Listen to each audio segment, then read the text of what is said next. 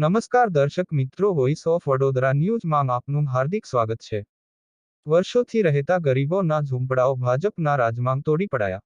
અમદાવાદ સાબરમતી ગાંધીવાસ માં આશરે 40 વર્ષથી રહેઠાણ કરતા લોકોના ઘર તોડી પાડ્યા હતા। સ્થાનિક લોકોએ સામાન હટાવવાના 5 દિવસનો સમય માંગ્યો છતાં પણ સમય આપવામાં ન આવતા સ્થાનિક રહેવાસીઓએ પોતાનો સામાન ટ્રેક્ટરો માંગ ભરી રોડ રસ્તા પર રાત્રિ ગુજારી હતી। ઘણા લોકો તો હજુ સામાન ટ્રેક્ટર માંગ ભરીને પોતાના નાના બાળકો સાથે આમ તેમ ભટકી રહ્યા છે। ભાજપના રાજમાં એમને કોઈ વળતર આપ્યું નથી અને રહેવા માટે કોઈ મકાન કે પ્લોટ પણ ફાળવેલ નથી। લોકોના મુખે ચર્ચાઈ રહ્યું છે કે આ છે દુર્દશા મોડલ ગુજરાતની ભાજપના રાજમાં છે। રિપોર્ટ જાકીર ખાન મોગલ, અમદાવાદ।